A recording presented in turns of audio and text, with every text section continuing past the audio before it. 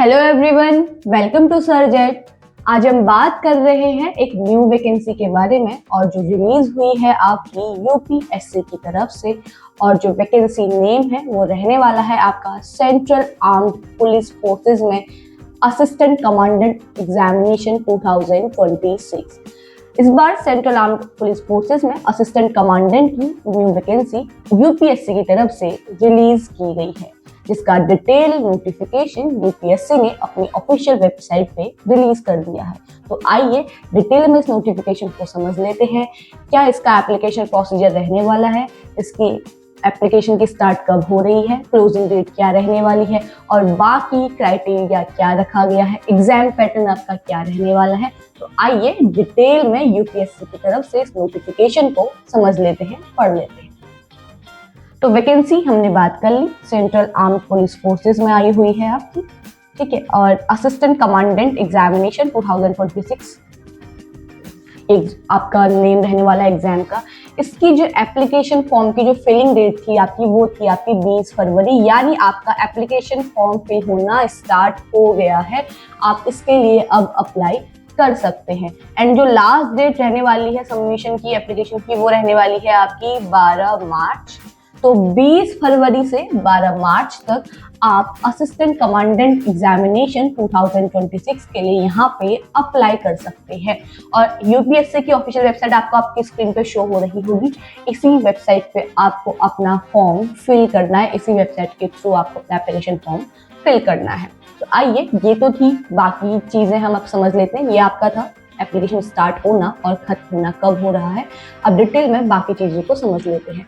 आप फॉर्म कैसे भरेंगे उस बारे में हम बात कर लेते हैं। तो सबसे पहले आपको आपके जो हमने अभी वेबसाइट की बात करी, जो ऑफिशियल वेबसाइट आपको शो हो रही होगी आपके स्क्रीन पे, इसी पे आपको जाना है। ये रही आपकी एप्लीकेशन फॉर्म भरने के लिए ऑफिशियल वेबसाइट upsconline.nic.in। इस पे आपको फॉर्म फिल करना है, ठीक है।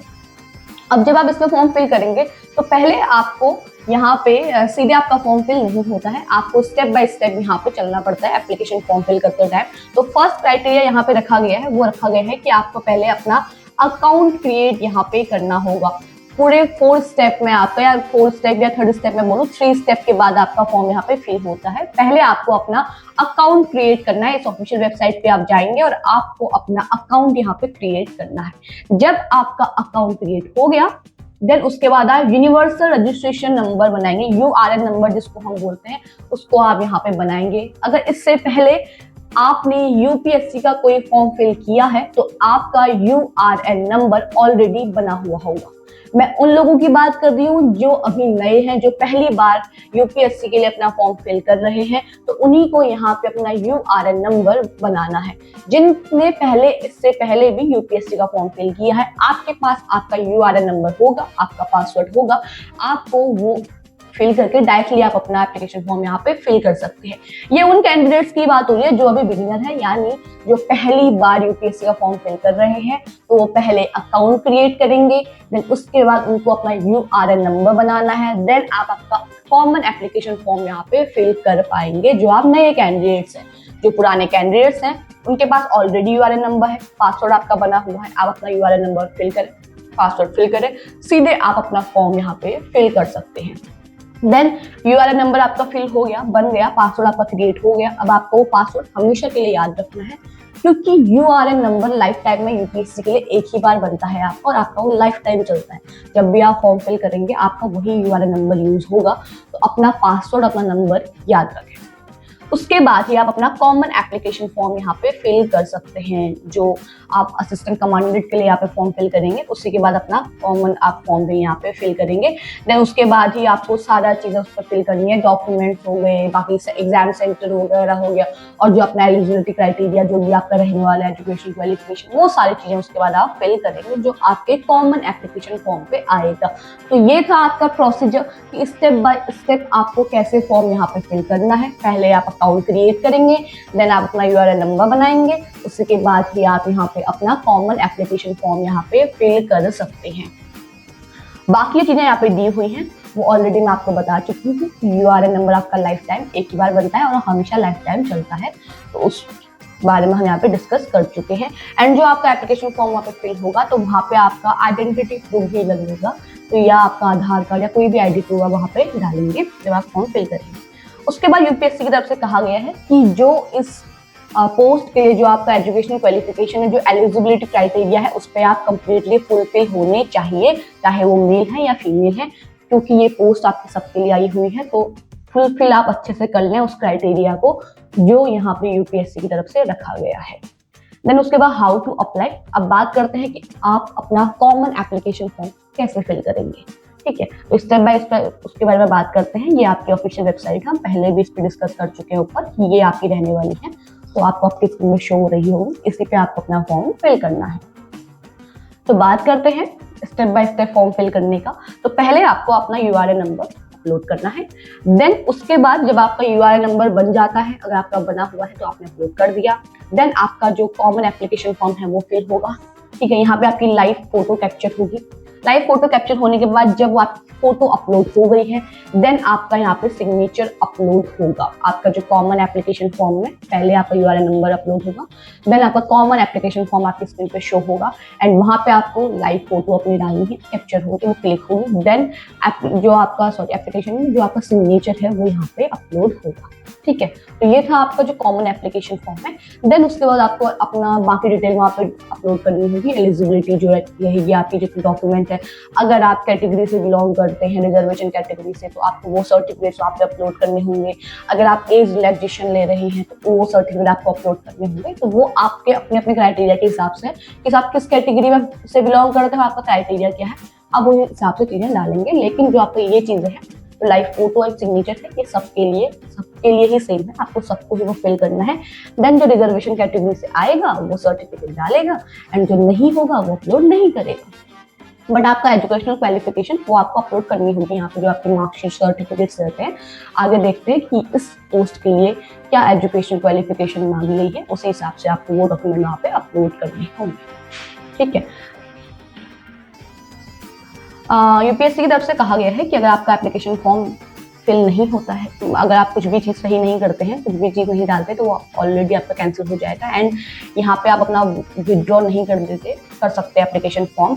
No correction, no alternation, no modification of the application form is allowed after submission. Submission के बाद यहाँ पे कोई भी करेक्शन करने का मौका आपको नहीं मिलेगा, यानी आपकी यहाँ पे करेक्शन विंडो ओपन नहीं होगी, ध्यान में रखिएगा। तो जो भी डिटेल आप यहाँ पे अपलोड करेंगे अपने एप्लीकेशन फॉर्म में, बहुत क्लियरली उसको अपलोड कीजिएगा। कोई भी गलती की गुंजाइश यहाँ पे नहीं है, क्योंकि अगर आपकी कोई एंट्री गलत हो गई तो वो गलत हो गई फिर, क्योंकि यहाँ पे करेक्शन का ऑप्शन आपको नहीं मिलने वाला है, ध्यान में रखें। यूपीएससी की तरफ से क्लियर किया गया है कि आपका एप्लीकेशन फॉर्म में आपको करेक्शन करने का मौका नहीं मिलेगा। लास्ट डेट की हम बात कर चुके हैं, 12 मार्च आपकी लास्ट डेट रहने वाली है, तो हम पहले इस पर डिस्कस कर चुके हैं। एडमिट कार्ड, जब आपका फॉर्म फिलिंग वगैरह हो जाएगी, तो जब एग्जाम होगा उससे पहले आपको आपका एडमिट कार्ड यहाँ पे देखने को मिल जाएगा और वही ऑफिशियल वेबसाइट पे आपको, जहाँ पे आपने फॉर्म फिल किया है, उसी वेबसाइट पे आपको एडमिट कार्ड भी शो हो जाएगा।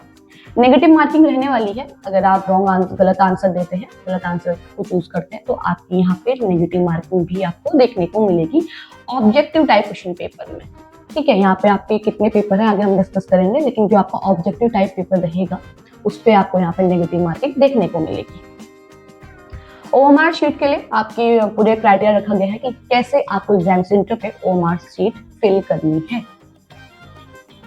स्पेशल इंस्ट्रक्शंस नीचे दिए हुए हैं, बाद में डिस्कस करेंगे हम। हेल्प डेस्क, अगर आपको फॉर्म भरने में कोई भी दिक्कत आ रही है, कुछ भी आपको प्रॉब्लम आ रही है, या आपका कुछ चीज़ अपलोड नहीं हो रही है, या आपके एडमिट कार्ड में कोई दिक्कत आती है, तो आपको यहाँ पे ईमेल आईडी दी हुई है, फ़ोन नंबर्स दिए हुए हैं, इस पर आप कॉल कर सकते हैं। टाइमिंग भी आपको दी हुई है कि 10 बजे से, सुबह के 10 बजे से 5:30 बजे तक शाम के, आप कभी भी इस नंबर पे कॉल कर सकते हैं। 20 फरवरी से 12 मार्च तक, जिस दरमियान आपका यहाँ पे एप्लीकेशन फॉर्म फिल होना है, उसी दौरान आपको अगर कोई दिक्कत आती है तो आप इन नंबर्स पे या इस ईमेल आईडी पे मेल कर सकते हैं। एग्जाम सेंटर के दिन के लिए कहा गया कि एग्जाम सेंटर पे आप 30 मिनट पहले पहुंच जाएं, क्योंकि गेट क्लोजिंग होने से पहले आपका वहाँ पे पहुंचना जरूरी है। अगर आप नहीं पहुंचते हैं तो आपके लिए गेट नहीं ओपन किया जाएगा और आपका एग्जाम छूट जाएगा। इसलिए यहाँ पे यूपीएससी की तरफ से क्लियर किया गया है कि 30 मिनट पहले तो आप पहुंच ही जाएं, उससे पहले पहुंच जाएं तो और बढ़िया है, लेकिन 30 मिनट पहले तो आप सेंटर पे पहुंच ही जाए। ये आपका कहा गया है कि online question paper representation portal, यानी आपका जब क्वेश्चन एग्जाम हो जाता है तो उसके बाद जो आपकी आंसर की आती है, देन अगर आपको कोई आंसर वहाँ पे गलत वगैरह कुछ लगता है, पहली बात तो एग्जाम के 5 मतलब 1 वीक के अंदर आपकी आंसर की आ जाएगी। देन आपको अगर कोई ऑब्जेक्शन वहाँ पे लगाना है तो आप उसके लिए भी वहाँ पे ऑब्जेक्शन फिल कर सकते हैं। आपका जो एप्लीकेशन फॉर्म है ओनली वो ऑनलाइन मोड पे ही फिल होगा, ये भी आप ध्यान में रखें। अब बात करते हैं नंबर ऑफ वैकेंसीज की। पहली बात, आपका एग्जाम किस दिन है वो बात कर लेते हैं। जो यूपीएससी की तरफ से जो आपका एग्जाम रखा गया है, वो रिटन एग्जाम जो रखा गया है वो रखा गया है 19 जुलाई को। तो यानी असिस्टेंट कमांडेंट एग्जामिनेशन 2026 के लिए जो आपका एग्जाम होना है वो होना है 19 जुलाई 2026 को। आपका पहला रिटन एग्जाम यहाँ पे रखा गया है। रिटन के बाद आपका यहाँ पे फिजिकल होगा, फिर आपका इंटरव्यू एंड मेडिकल, यहाँ पे बहुत सारी चीजें हैं। पहले आपका यहाँ पे फर्स्ट आपका जो स्टेप है वो है रिटन एग्जाम का, वो रखा गया है 19 जुलाई को। जब आपका ये क्लियर हो जाता है देन उसके बाद ही आप फिजिकल के लिए यहाँ पे अप्लाई कर सकते हैं। तो यहाँ पे अलग अलग आपके यहाँ पे फोर्सेस दी हुई हैं, उनके यहाँ पे अलग अलग वैकेंसीज हैं। तो यहाँ पे टोटल वैकेंसी है आपकी 349, ठीक है, 349 वैकेंसीज यहाँ पे रिलीज की गई है असिस्टेंट कमांडेंट के लिए, जिसमें बीएसएफ के लिए रहने वाली है 108, सीआरपीएफ के लिए रहने वाली है 106, आईटीबीपी के लिए रहने वाली है 12, एसएसबी के लिए रहने वाली है 53 एंड सीआईएसएफ के लिए रहने वाली है 70 वैकेंसी यहाँ पे रहने वाली है। तो आपको जिस भी फोर्सेस के लिए अप्लाई करना है आप यहाँ पे अप्लाई कर सकते हैं। आपको जो फोर्स चाहिए होगी आप उसके लिए अप्लाई कर सकते हैं। लेकिन यहाँ पे टोटल वैकेंसी आपकी आई है वो आई है 349 यहाँ पे वैकेंसी रिलीज की गई है। और आपका एग्जाम इसके लिए रहने वाला है 19 जुलाई 2026, ठीक है। वैकेंसीज की बात की गई है कि यूपीएससी की तरफ से इसमें ऑल्टरनेशन किया जा सकता है, ये भी आप ध्यान में रखें। And reservation government 10% of the total vacancies are जो आपका रिमार्क्ड बाय सर्विसेजमैन, जो आपका एक्स सर्विसमैन है उन सभी के लिए यहाँ पे 10% वैकेंसी इसमें से रिजर्व की गई है, ये भी आप ध्यान में रखें। 349 वैकेंसीज में से 10% वैकेंसी एक्स सर्विसमैन के लिए यहाँ पे रखी गई है। Registration and online application mode, कैसे आपका रजिस्ट्रेशन फॉर्म फिल करना है, उसके बाद आपको क्या करना है हम पहले भी बात कर चुके हैं। हम यूआरएन नंबर अपलोड करेंगे, देन हम सी आपका जो फॉर्म एप्लीकेशन फॉर्म है उसको फिल करेंगे। इस बारे में हम पहले भी बात कर चुके हैं। अब ये जो आपकी जो पूरा डिटेल दी हुई है, ये पूरा डिटेल में समझाया हुआ है कि कैसे आपको यहाँ पे फॉर्म फिल करना है। तो आप एक बार इसको अच्छे से समझ लें, देख लें, ठीक है। सेंटर ऑफ एग्जामिनेशन, यहाँ पे आपको सेंटर्स दिए हुए हैं। टोटल सेंटर्स की अगर हम बात करें तो यहाँ पे टोटल सेंटर 57 सेंटर्स आपको यहाँ पे दिए हुए एग्जाम के लिए। टोटल 57 सेंटर्स यहाँ पे आपको दिए हुए हैं एग्जाम के लिए। इन्हीं सेंटर्स के अंतर्गत आप कहीं भी अपना फॉर्म फिल कर सकते हैं।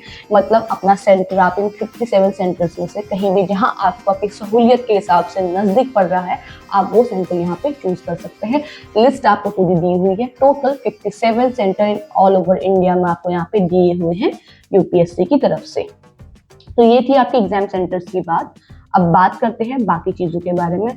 एक ये आपका जो प्रतिभा सेतु पोर्टल है, यहाँ पे ये स्कीम गवर्नमेंट की तरफ से लाई गई है कि जो भी कैंडिडेट ऐसे हैं जिनका यूपीएससी के इंटरव्यू में किसी कारणवश उनका सिलेक्शन नहीं होता, वो इंटरव्यू तक तो पहुंच जाते हैं लेकिन इंटरव्यू का क्रॉस नहीं हो पाता है, तो यहाँ पे आप अपने आप को प्रतिभा सेतु पोर्टल में आप अपने आप को यहाँ पे अप्लाई कर लें, अपने आप को यहाँ पे रजिस्टर कर लें। क्योंकि जो भी प्राइवेट सेक्टर में जो भी कंपनीज हैं आपकी एलिजिबिलिटी के अकॉर्डिंग इस पोर्टल के थ्रू आपको चूज करती हैं, आपको हायर करती हैं। जो भी उनकी वहाँ पे जरूरतें होंगी उस हिसाब से और आपकी एलिजिबिलिटी के हिसाब से आपका यहाँ पे सिलेक्शन होता है। प्राइवेट सेक्टर्स में अच्छी अच्छी कंपनीज यहाँ पे चूज करती हैं। तो जो भी कैंडिडेट्स हैं वो अपने आप को यहाँ पे भी आप अपने आप को रजिस्टर करवा लें, ताकि अगर आपका किसी कारणवश इंटरव्यू वगैरह नहीं होता है तो आप यहाँ पे बेरोजगार ना रहे। आपको यहाँ पे रोजगार देने के लिए गवर्नमेंट की तरफ से स्कीम यहाँ पे बहुत अच्छी स्कीम यहाँ पे चलाई गई है। तो आप अपने आप को प्रतिभा सेतु पोर्टल में भी रजिस्टर करवा लें। एलिजिबिलिटी कंडीशंस, नेशनलिटी आपकी इंडियन होगी, देन उसके बाद आपकी ये मेल एंड फीमेल दोनों के लिए है, ये भी आप ध्यान में रखें, मेल एंड फीमेल सबके लिए है। अब हम बात करते हैं एज लिमिट की। तो यहाँ पे मिनिमम आपकी रखी गई है 20 ईयर्स, 20 साल आपकी एज होनी चाहिए एंड मैक्सिमम रखी गई है 25, ठीक है। Must not have attended the age of 25 years. तो ये आप याद रखें, मिनिमम आपकी 20 एंड मैक्सिमम आपकी यहाँ पे 25 रखी गई है। ठीक है, ये आपका रखा गया है एज क्राइटेरिया, और उसके हिसाब से भी आपको यहाँ पे एज रिलैक्सेशन देखने को मिलेगा। जैसे एससी और एसटी कैंडिडेट्स के लिए यहाँ पे 5 साल की आपको छूट मिल रही है, 5 साल की एज में रिलैक्सेशन आपको देखने को मिलेगा। 3 साल का आपको मिलेगा ओबीसी के लिए, यहाँ पे 3 साल एज रिलैक्सेशन देखने को मिलेगा। एंड मैक्सिमम 5 ईयर्स रहेगा आपका सिविलियन सेंट्रल गवर्नमेंट सर्वेंट्स के लिए, यहाँ पे 5 साल का रहेगा। एक्स सर्विसमैन के लिए भी 5 साल का रिजर्वेशन यहाँ पे आपको देखने को मिलेगा। तो ये है आपका एज रिलैक्सेशन, ठीक है, जो यहाँ पे यूपीएससी की तरफ से दिया गया है। अगर आप इनमें से किसी भी क्राइटेरिया में आते हैं तो आप यहाँ पे इसका फायदा उठा सकते हैं। बस आपको जब आप एप्लीकेशन फॉर्म फिल करेंगे तो वहाँ पे आपको इसका प्रूफ देना होगा। बाकी चीजों के बारे में बात कर लेते हैं। मिनिमम क्वालिफिकेशन, ठीक है, हमने एज की बात कर लिया, अब हम मिनिमम क्वालिफिकेशन की बात कर लेते हैं कि इस फॉर्म को फिल करने के लिए आपको यहाँ पे क्या योग्यता आपकी होनी चाहिए। तो आपको यहाँ पे मांगी गई है बैचलर डिग्री, किसी भी यूनिवर्सिटी से आपका बैचलर यहाँ पे कंप्लीट होना चाहिए, ये कहा गया है यूपीएससी की तरफ से। और कुछ टर्म्स भी दी गई हैं, यानी अगर आप एपेयरिंग में हैं तो आप यहाँ पे इसके लिए अप्लाई नहीं कर सकते। तो आपका बैचलर यहाँ पे कंप्लीट होना चाहिए। असिस्टेंट कमांडेंट एग्जामिनेशन के लिए आपको बैचलर कंप्लीट चाहिए। आप अपेयरिंग में हैं तो आप इस फॉर्म के लिए अप्लाई नहीं कर सकते। तो आपका जो यहाँ पे एजुकेशन क्वालिफिकेशन मांगी गई है वो मांगी है बैचलर डिग्री, किसी भी यूनिवर्सिटी से हो, कोई भी स्ट्रीम हो, उससे फर्क नहीं पड़ता, लेकिन आपका बैचलर यहाँ पे कंप्लीट होना चाहिए। उसके अलावा यहाँ पे बाकी चीजें नहीं मांगी हैं। हाँ, अपेयरिंग में अगर आप हैं तो आप इसके लिए फॉर्म फिल नहीं कर सकते, ये भी आप ध्यान में रखें। उसके बाद आपका यहाँ पे रहने वाला है फिजिकल स्टैंडर्ड्स की हम बात करें, फिजिकल स्टैंडर्ड्स आपके नीचे दिए हुए हैं तो हम बाद में डिस्कस करेंगे। अब हम बात कर देते हैं एनसीसी। एनसीसी का जो आपका बी और सी सर्टिफिकेट अगर आपके पास है, वो कैंडिडेट जो एनसीसी का बी एंड सी सर्टिफिकेट के पास है तो उनको फायदा हो सकता है। ये आपका काम आएगा जब आप इंटरव्यू वगैरह के टाइम पे जाएंगे तो आपका ये सर्टिफिकेट काम आएगा, ये यहाँ पे मेंशन किया हुआ है। तो जो भी कैंडिडेट्स अगर आप एनसीसी का आपके पास बी और सी सर्टिफिकेट है तो आपको इसका फायदा हो सकता है, आप इसका यूज कर सकते हैं, ये आप ध्यान में रखें। ठीक है, फी की हम बात करें, फीस की अगर हम बात करें तो यहाँ पे आपकी 200 रुपये फीस रखी गई है। और वो किसके लिए रखी गई है, वो रखी गई है आपके जनरल मेल और ओबीसी मेल्स कैंडिडेट्स के लिए यहाँ पे आपकी 200 रुपये फीस रखी गई है। एक्सेप्ट फीमेल, चाहे वो किसी भी कैटेगरी से बिलोंग करती हो, जनरल हो, एससी हो, एसटी हो, ओबीसी हो, एक्स सर्विसमैन हो, ईडब्ल्यूएस, उनके लिए यहाँ पे कोई भी फीस नहीं रखी गई है। इसके अलावा एससी और एसटी कैंडिडेट्स के लिए भी यहाँ पे कोई भी फीस आपकी नहीं रखी गई है, चाहे मेल हो चाहे फीमेल हो। तो यहाँ पे सिर्फ फीस पे करनी है जनरल मेल और ओबीसी मेल को यहाँ पे 200 रुपये फी पे करनी है। एप्लीकेशन फीस जो आपकी रहेगी इस एग्जाम के लिए, आपकी 200 रुपये यहाँ पे फीस रखी गई है। और यहाँ पे वापस ये आपका नोट दिया हुआ है कि all females and the candidates belonging to scheduled caste, scheduled tribe यानी SC और ST are not required to pay any fee। ठीक है, तो आपको यहाँ पे कोई भी फी पे नहीं करनी। हाउ टू अप्लाई, अब जो ऊपर हमने बात करी थी हाउ टू अप्लाई, उससे हम यहाँ पे डिटेल में वापस से बात करेंगे। वन टाइम जो फैसिलिटी है, आपको यूआरएन नंबर वो डालना है, लाइव फोटो कैप्चर होगी, देन आपको सिग्नेचर अपलोड करनी है, उसके बाद आपको यहाँ पे डॉक्यूमेंट वगैरह सारी चीजें फिल करनी होगी। ये आपका टोटल बताया गया है कैसे आपको यहाँ पे फॉर्म फिल करना है। यहाँ पे कहा गया कि जो भी कैंडिडेट्स हैं वो यहाँ पे एग्जामिनेशन के लिए जो भी आपकी एलिजिबिलिटी है उसको यहाँ पे एलिजिबिलिटी कंडीशन को यहाँ पे फुलफिल करें। अगर आपकी एलिजिबिलिटी कंडीशन यहाँ पे फुलफिल नहीं है तो ना ही आप रिटन एग्जाम के लिए, ना ही आप फिजिकल स्टैंडर्ड टेस्ट के लिए, ना ही आप फिजिकल एफिशिएंसी टेस्ट के लिए, और ना ही आप इंटरव्यू के लिए यहाँ पे, और ना ही मेडिकल स्टैंडर्ड्स के लिए यहाँ पे, किसी चीज के लिए भी आप यहाँ पे अप्लाई नहीं कर सकते। तो आपकी जो यहाँ पे एलिजिबिलिटी कंडीशन जो मांगी गई है यूपीएससी की तरफ से वो यहाँ पे पूरी होनी चाहिए। अगर नहीं होगी तो आपका एग्जाम यहाँ पे, आपका जो एप्लीकेशन फॉर्म रद्द कर दिया जाएगा। तो ये भी आप ध्यान में रखें कि सारे एग्जाम के लिए आपकी यहाँ पे एलिजिबिलिटी कंडीशंस कंप्लीट होनी चाहिए जो यूपीएससी की तरफ से यहाँ पे मांगी गई है आप सभी से। लास्ट डेट ऑफ सबमिशन हम पहले भी बात कर चुके, वापस से दिया हुआ है आपकी 12 मार्च इसके लिए लास्ट डेट ऑफ सबमिशन रहने वाली है। और आपका जो URN नंबर है एंड जो कॉमन एप्लीकेशन फॉर्म है ये टोटल कंप्लीट होना चाहिए। जब आपका ये सारा कंप्लीट होगा देन ही आपका एडमिट कार्ड यहाँ पे आपके पास आएगा। अगर आपने अपना कॉमन जो एप्लीकेशन फॉर्म है वो सही से फिल नहीं किया है, URN नंबर आपने अपलोड नहीं किया है, तो इस कंडीशन में आपका रिटन एग्जामिनेशन के लिए आपको एडमिट कार्ड देखने को नहीं मिलेगा। तो आपको जो प्रॉपर प्रोसीजर दी हुई है एप्लीकेशन फॉर्म की वो यहाँ पे प्रॉपरली फिल करनी है, तभी आपको आपका एग्जामिनेशन के लिए यहाँ पे एडमिट कार्ड यहाँ पे देखने को मिलेगा, नहीं तो नहीं दिया जाएगा।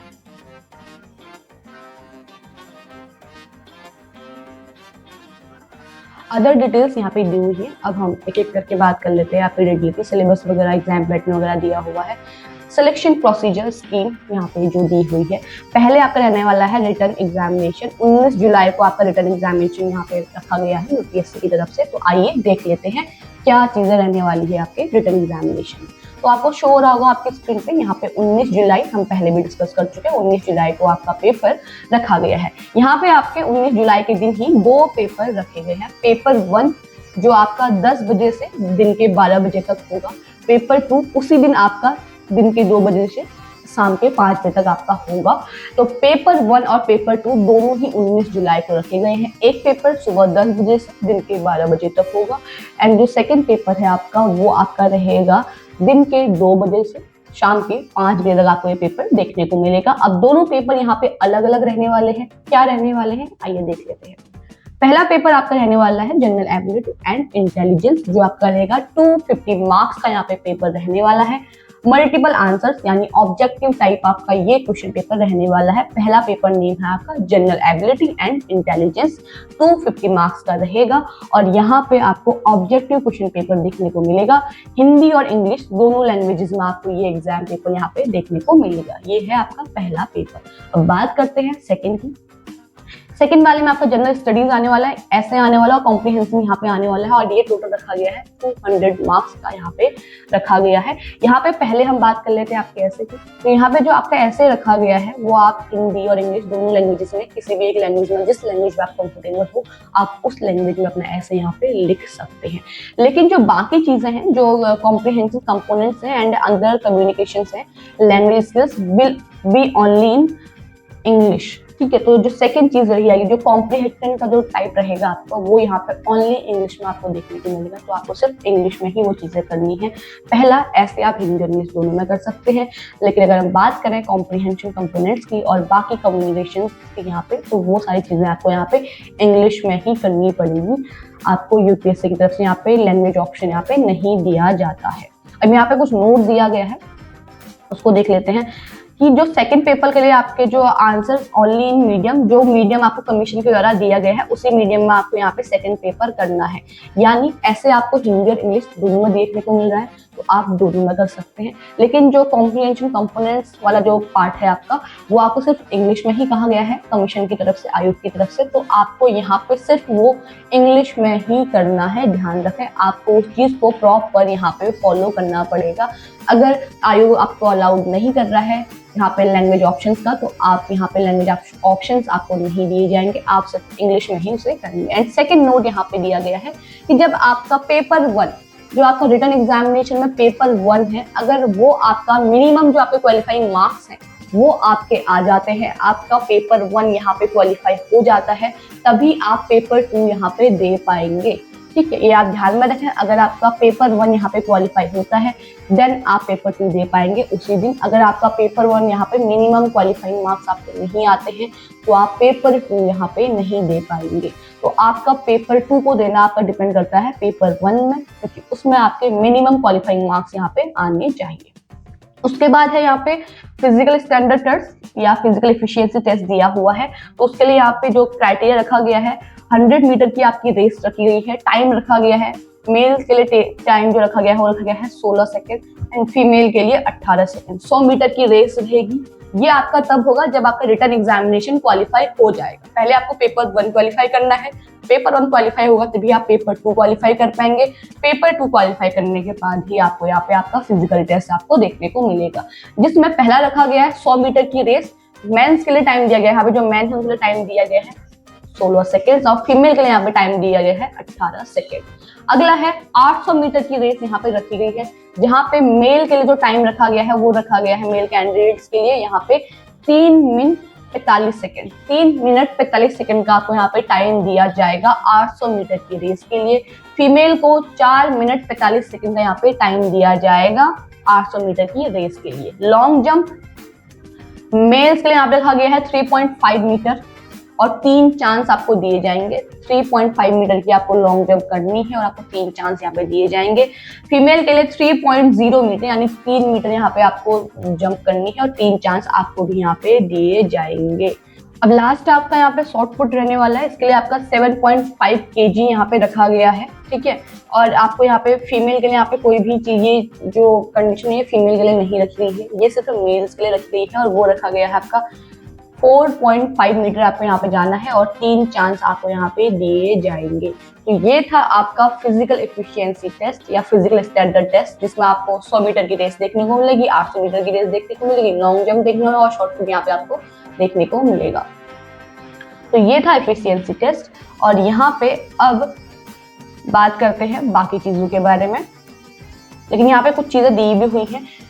यहाँ पे यूपीएससी की तरफ से या आयोग की तरफ से हम कहें तो यहाँ पे दिया गया है कि अगर आपकी प्रेगनेंसी पाई जाती है या टेम्परेरी आप अनफिट पाए जाते हैं कुछ भी रीजन की वजह से, तो आपका यहाँ पे इंटरव्यू या पर्सनैलिटी जो टेस्ट है आपका वो यहाँ पे नहीं किया जाएगा, यहाँ पे आप उसके लिए सिलेक्ट नहीं होंगे। ये भी आप ध्यान में रखें, कैंसिल हो जाएगा, ठीक है। तो आपको यहाँ पे ये भी ध्यान में रखना है कि आप किसी भी वजह से अनफिट यहाँ पे नहीं हो।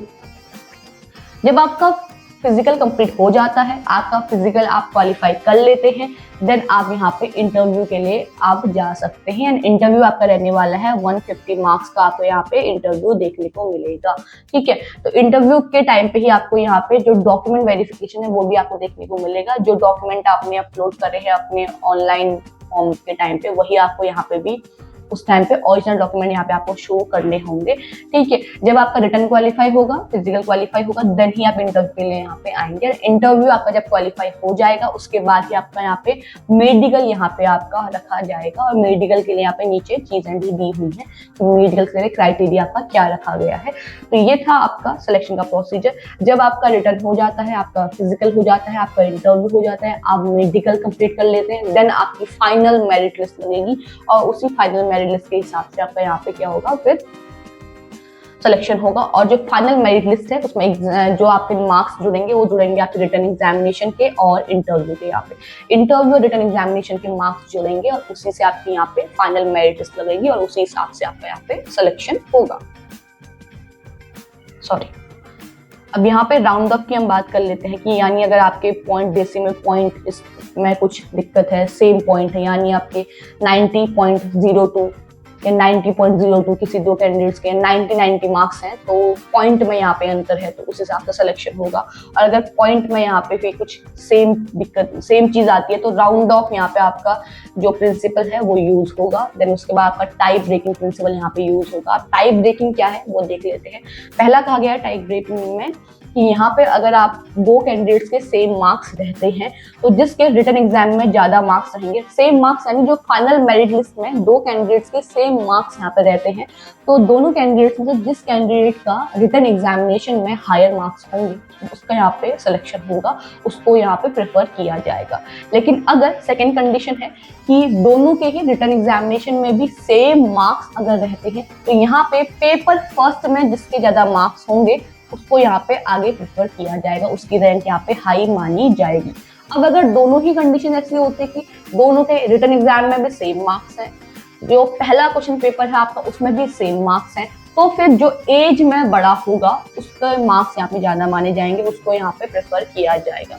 और अगर तीनों कंडीशंस दोनों कैंडिडेट्स के लिए सेम ही हो जाती है, उनके मार्क्स भी सेम है रिटन एग्जामिनेशन में, जो पहला पेपर है आपका जनरल स्टडीज जनरल एबिलिटीज का वो भी आपका यहाँ पे उसमें भी दोनों के मार्क्स सेम है, एज भी सेम है आपकी, तो फिर यहाँ पे कमीशन की तरफ से यहाँ पे चीजें रखी जाएंगी, आयोग ही यहाँ पे फिर डिसीजन लेगा। ये था आपका टाइप ब्रेकिंग प्रिंसिपल। ये रहा आपका सिलेबस रिटन एग्जाम के लिए। यहाँ पे रिटन एग्जाम आपका 2 एग्जाम यहाँ पे होने हैं, एक में ऐसे रहेगा और एक में आपका ऑब्जेक्टिव टेस्ट रहेगा। तो पहले वाले के लिए यहाँ पे जनरल एबिलिटी एंड इंटेलिजेंस के लिए यहाँ पे जो आपका ऑब्जेक्टिव रहने वाला है उसके लिए यहाँ पे पूरा सिलेबस दिया हुआ है, ठीक है। उसी हिसाब से आपको यहाँ पे तैयारी करनी है। सेकंड आपका रहेगा जनरल स्टडीज एंड ऐसे कॉम्प्रिहेंशन, तो ये आपका सेकंड के लिए रहेगा part A and part B ऐसे, एंड पार्ट बी आपका कॉम्प्रिहेंशन का पार्ट रहेगा वो। तो इसी के अंतर्गत आपका यहाँ पे एग्जाम बनना है, ठीक है। इसी के अंदर से आपका यहाँ पे एग्जाम आना है, तो ये आप देख लें, सिलेबस अच्छे से पढ़ लें। उसके बाद यहाँ पे इंस्ट्रक्शंस दिए हुए हैं ऑनलाइन एप्लीकेशन फॉर्म को फिल करने के लिए, यहाँ पे इंस्ट्रक्शंस दिए हुए हैं, सॉरी। और ये रही आपकी जो आपकी वेबसाइट दी हुई है, ऑफिशियल वेबसाइट, इस पे ही आप अपना फॉर्म फिल करेंगे। बाकी इंस्ट्रक्शंस यहाँ पे दिए हुए हैं, क्या आपको डॉक्यूमेंट फिल करने हैं, देन आपका फोटो का साइज कितना रहेगा, सिग्नेचर का साइज कितना रहेगा, वो सब कुछ यहाँ पे बताया हुआ है। लास्ट डेट आपकी 12 मार्च रहने वाली है, हम पहले पे डिस्कस कर चुके हैं इस बारे में। स्पेशल इंस्ट्रक्शंस दिए हुए हैं एग्जामिनेशन हॉल में, आपको क्या क्या चीजें ध्यान में रखनी है, क्या चीजें आपको ले जानी है, क्या चीजें नहीं ले जानी है। रॉन्ग आंसर हम बात कर चुके हैं कि यहाँ पे नेगेटिव मार्किंग आपको देखने को मिलेगी, ठीक है। तो यहाँ पे ये एग्जाम से रिलेटेड चीजें आपको स्पेशल इंस्ट्रक्शंस में यहाँ पे आपको देखने को मिलेगी, जितनी भी आपकी चीजें यहाँ पे रहने वाली है एग्जाम को लेकर। उसके बाद आपको यहाँ पे अटेंडेंस लिस्ट के बारे में यहाँ पे बताया गया है। देन आपको यहाँ पे ओएमआर सीट कैसे फिल करनी है, आंसर सीट जो आपकी रहेगी एग्जाम में वो कैसे फिल करनी है, क्या क्या चीजें यहाँ पे आपको अपलोड करनी है, वो चीजें यहाँ पे बताई गई है। देन हम बात फिर वापस से स्पेशल इंस्ट्रक्शंस पे आ गए, हम वापस से आपको स्पेशल इंस्ट्रक्शंस दिए हुए हैं। अब हम बात करते हैं यहाँ पे फिजिकल एंड मेडिकल स्टैंडर्ड्स यहाँ पे दिए हुए हैं। फिजिकल स्टैंडर्ड्स यहाँ पे दिए हुए हैं, फीमेल के लिए हाइट कितनी मांगी है, मेल के लिए हाइट कितनी मांगी गई है। हाइट आपकी मेल के लिए मांगी गई है 165 सेंटीमीटर, वुमेन के लिए मांगी गई है 157 सेंटीमीटर। चेस्ट यहाँ पे 81 सेंटीमीटर मांगी गई है मेल कैंडिडेट के लिए, फीमेल्स के लिए नहीं है। यहाँ पे वेट मेल कैंडिडेट के लिए 50 केजी यहाँ पे वेट मांगा गया है, और फीमेल कैंडिडेट के लिए यहाँ पे 46 केजी आपका वेट मांगा गया है। ये रहे आपके फिजिकल स्टैंडर्ड्स जो आपको यहाँ पे किस चीज़ों, सॉरी मेडिकल स्टैंडर्ड्स, ये मेरी गलती है, फिजिकल स्टैंडर्ड्स नहीं, उस पर तो हम बात कर चुके हैं। ये है आपके मेडिकल स्टैंडर्ड्स। तो मेडिकल स्टैंडर्ड्स यहाँ पे दिए हुए हैं कि अगर आपको इसमें से कोई भी दिक्कत है तो आपको वहाँ पे क्या क्या चीज़ें यहाँ पे ध्यान में रखनी है, आपका यहाँ पे विजन क्या होना चाहिए वो भी यहाँ पे दिया हुआ है, ठीक है। तो ये सारी चीजें यहाँ पे आपको दी हुई हैं, कान, नाक, दांत, सारी चीजें यहाँ पे कौन कौन क्या क्या चीजें आपको ध्यान पे रखनी है मेडिकल के लिए, वो सारी चीजें यहाँ पे दी हुई हैं।